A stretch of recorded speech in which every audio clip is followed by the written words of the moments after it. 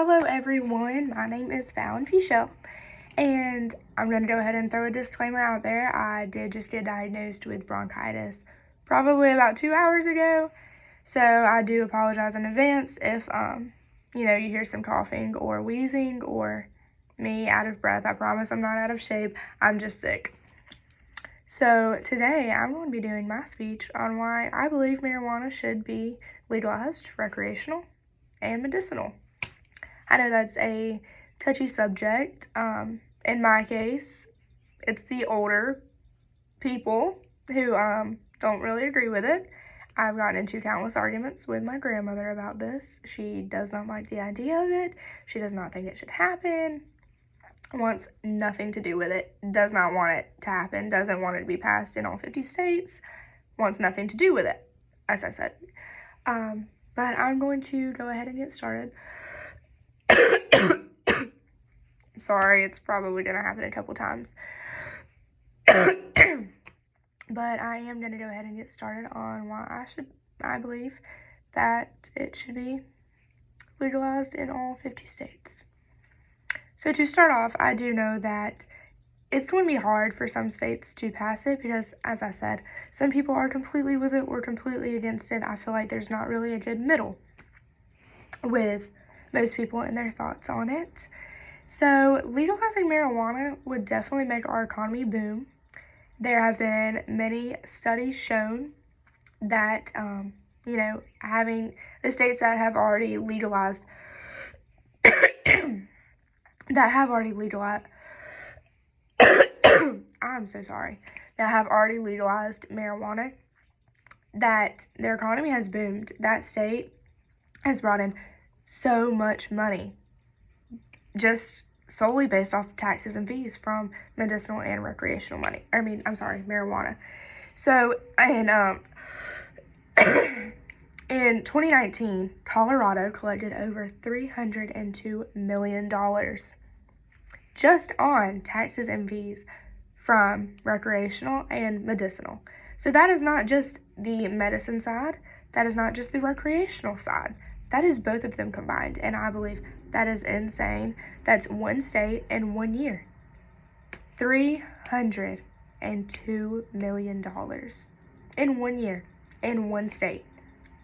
So I believe that is a very good argument as to why it should be legalized in all 50 states. Going along with that, there have been many studies and reports shown that in the year of 2017, we brought in $12.2 billion, and the money that we were expected to bring in by 2024 would jump to $31.1 billion. So obviously we would be bringing in lots of money to our economy. And that is not my only reason as to why I believe it should be legalized. Following that, the legal cannabis industry in 1 year, 2017,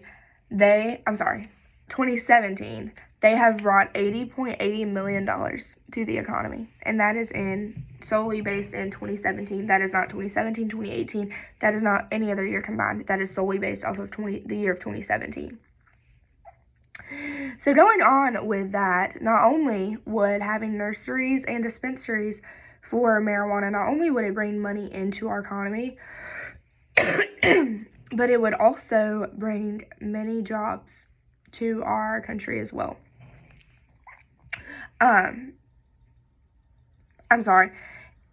following with that, 41,000 jobs were expected to be brought by 2024, just from opening nurseries as well as dispensaries in one state. That's for one state. That's not even if all states signed on. No, that is one state, 41,000 jobs. So obviously that would bring in more money.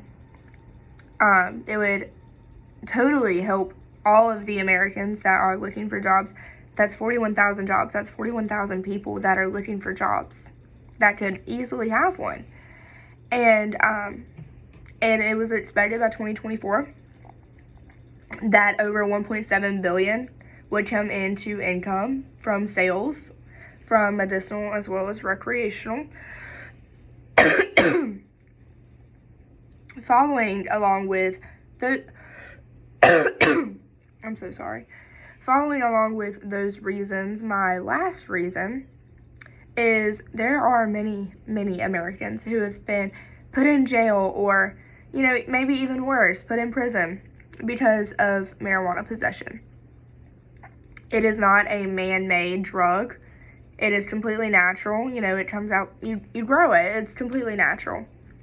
But by having these Americans put in jail, you are now, I'm not going to say messing up their future, but you are now jeopardizing it. Because not only will they not be able to get into most good education systems, because I know a lot of colleges will not accept you if you have a criminal record, and now that you have went to jail and have a criminal record solely based because of marijuana possession, you will now not be able to get into a very good college that, you might be wanting to go into, or you might be wanting to further your education, but now you can't, all because of marijuana possession.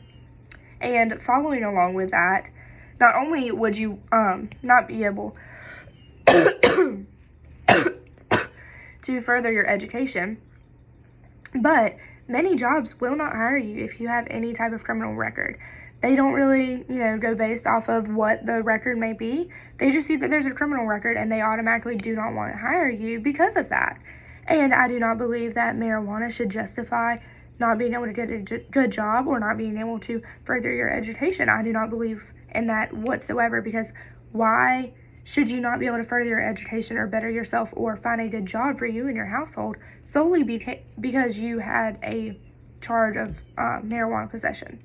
I do not feel like that is right at all, because then that is pretty much setting you in the same category as somebody who's a rapist or somebody who has sexually assaulted people.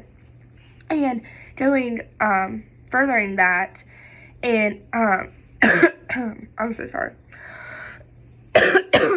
Not only are we using our tax dollars to pay for these criminals who had marijuana possession in jail, but that is prohibition, and that is taking our money and using it for them because they need food, they need water, they need all of that in jail. That's our tax dollars going to that, and I do not believe they are criminals. I would not use the word criminals with them. In 2017, there was a study shown that there were more people arrested for possession of marijuana than rapist, sexual assault, domestic violence, and murder. All of those people combined, there was still more charges and arrests for marijuana possession.